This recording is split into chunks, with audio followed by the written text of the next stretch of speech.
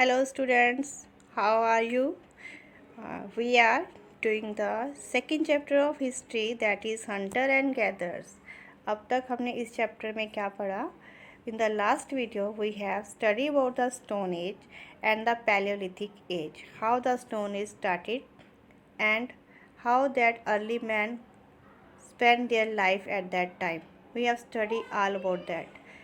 Now in this video we will study about the discovery of fire and the invention of wheel, how they changed the life of the early man from hunter and gatherers to the farmers and the herders. Let us start. Discovery of fire. जो हमें पुरानी sites है, जो Palaeolithic sites मिली हैं, वहाँ पर हमें remain of Ashes मिले हैं. It means eight that time the early man was also known about the fire. उसके फायर के बारे में पता था. तभी तो हमें उस टाइम एशिस मीन जो राख बच जाती है जलने के बाद, वो हमें वहाँ पर मिली है. And the discovery of the fire was accidental.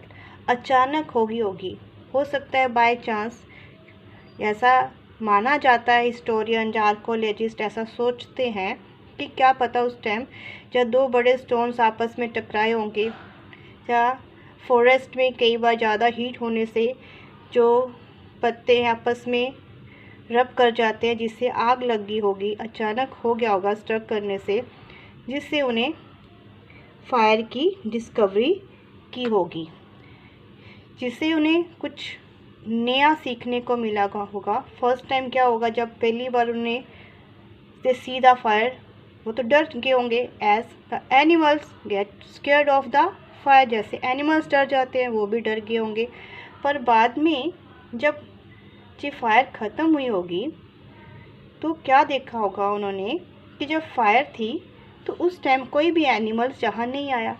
It means they could protect them from the wild animals. अपने आप को वाइल्ड एनिमल्स से बचा सकते हैं ये जो फायर है. फिर इससे क्या हुआ, जब फायर लगी हुई थी उस टाइम उन्हें क्या मिला, हीट एंड लाइट. सब जगह रोशनी होगी और हीट, गर्मी मिल रही थी. It means they can protect themselves from the cold. सर्दी से अपने आप को बचा सकते हैं और लाइट भी मिलेगी उन्हें. And also cook food and roast meat. ये कैसे पता चले रोस्ट मीट करने के बारे में, क्योंकि जब ये फायर ख़त्म हुई उसके बाद कुछ पीसीस होंगे जो एनिमल्स उस फायर में जल गए होंगे, उनकी जो मीट है वो वहाँ पड़ा होगा, उन्होंने उसे टेस्ट किया होगा. That was tasty and soft, so they know about how to cook the food in the fire. And also light up the dark caves. और इससे क्या होगा, लाइट हो गई थी और रात को वो केव्स के अंदर लाइट भी कर सकते हैं, जिससे अंदर डार्कनेस नहीं होगी, अंधेरा नहीं होगा, और वो अपने आप को एनिमल से भी सेव कर सकते हैं. And the next invention of the wheel. Wheel was a very important invention, जिसके कारण ही आजकल आपके पास सभी ट्रांसपोर्ट सिस्टम है.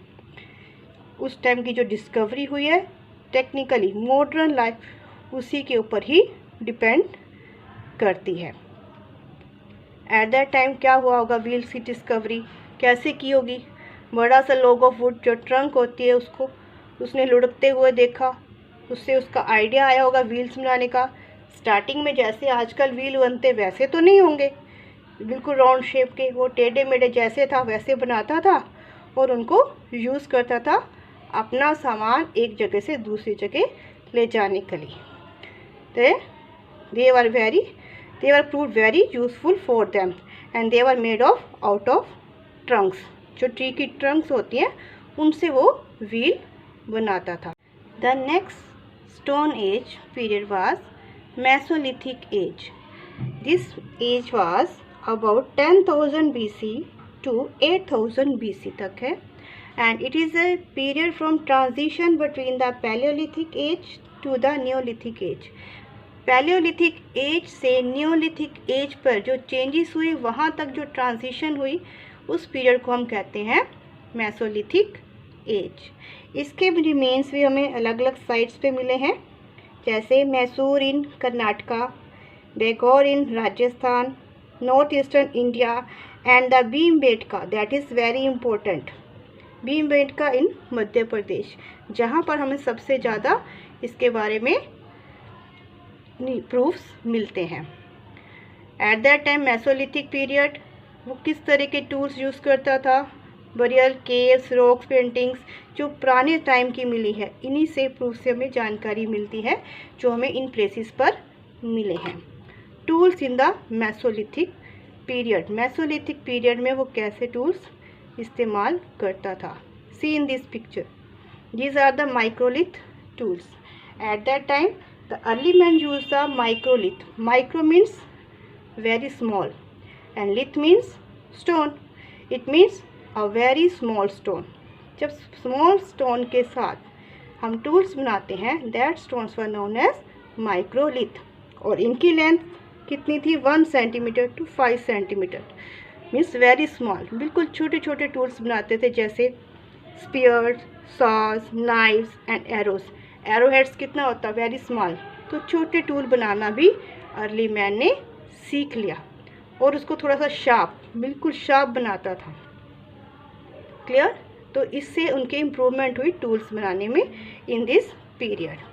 And the next what he learn about in this period, that is domestication of the plants and animal. इस period में उसने domestication, क्या होता है? जैसे हम घरों में एनिमल्स को पालते हैं, जहाँ अपने घरों में प्लांट्स लगाते हैं, उसको कहते हैं डोमेस्टिफिकेशन। पहले क्या था? The early man was living in the forest, and forest में प्लांट्स तो अपने आप ग्रो करते हैं, उसे नहीं पता था प्लांट्स कैसे ग्रो करने हैं, कैसे उगाते हैं, और एनिमल्स को टेम करना भी नहीं आता था। And in this period he learn about that, he learn how to grow the crops and tame the animals.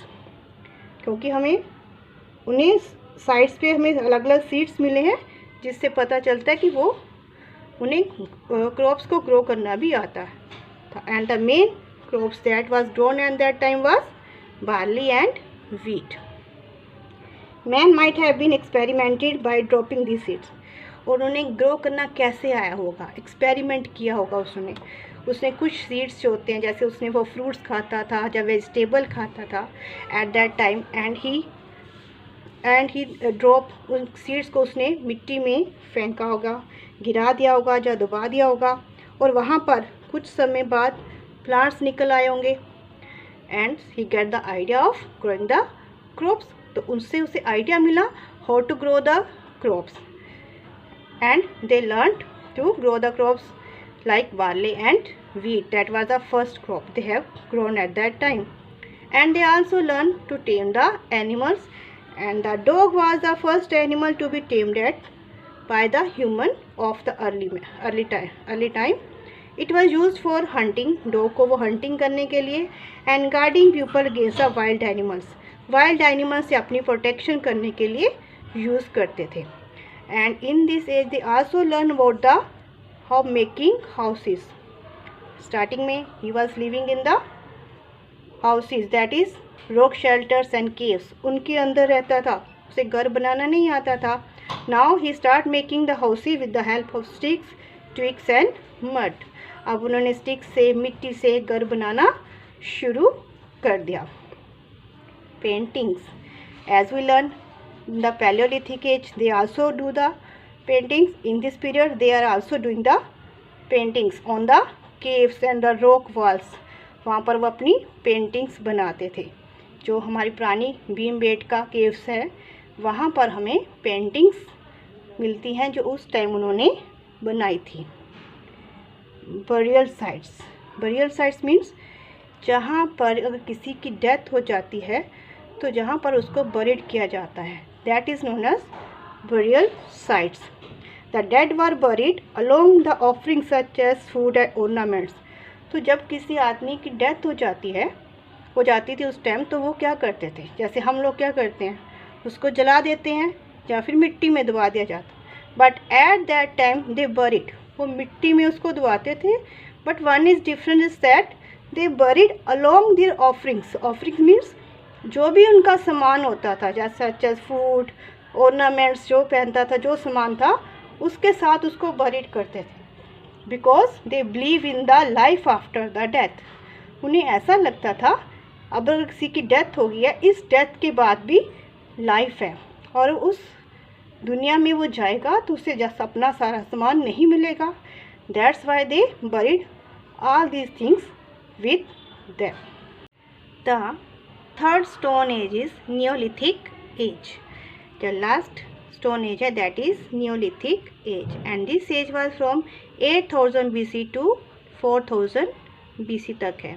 और इसके बारे में we have get the information from the different sites like Kashmir, Northern Vindhyas, Middle Ganga valleys, and from South India, Northeast, we get the information all about the life of the people during the Neolithic age.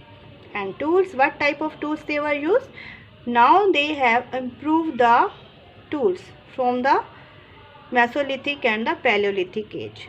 Gradually there was improvement in the making of the tools. Firstly core tools were used. Then in the Mesolithic age they start the tools, that is microlith.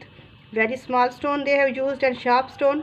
Now they start very sharper tools and polished with shiny surface. अब उन्होंने और ज़्यादा sharp tools बनाने शुरू कर दिए और उसकी जो सरफेस उसके अच्छे से पॉलिश किया जाता था. And large number of axes, sickles, spears and arrowheads have been found at the various Neolithic sites. Neolithic sites पे हमें उनके अलग अलग टूल्स मिले हैं लाइक एक्सिस, सिकल्स. सिकल्स क्या होता है? राउंड शेप ब्लेड होता है जिसका एक हैंडल होता है and that is use for cutting the crops. Crops को कट करने के लिए यूज़ किया जाता है. Spears, arrowheads. And now in the Neolithic age the early man also start farming and herding. अब उसने फार्मिंग जो मेसोलिथिक एज में उसने स्टार्ट किया था सीड्स को ग्रो करना, अब उसे और अच्छे से सीड्स को और ग्रो करना आ गया. Firstly the early man was food gatherer. Food को गैदर करता था, हंटिंग करता था. Now he become the food producer. अब वो फूड प्रोड्यूसर बन गया, यानी कि उसको क्रॉप्स ग्रो करना आ गया. अब वो क्रॉप्स ग्रो करता और एक जगह पर रहना उसने सीख लिया. एंड आल्सो रियर्ड एनिमल्स, और एनिमल्स को भी पालना उसने शुरू कर दिया. Now he become the herder. And the next age is chalcolithic age. The chalcolithic means the copper stone age. Chalco means copper and the lithic means stone. And when he made the tools from both stones and the copper, that age is known as Chalcolithic age. And we will study more about the Neolithic age and the Chalcolithic age in the next chapter, that is farmer and the herders. That's all with this chapter. I hope all of you understand it.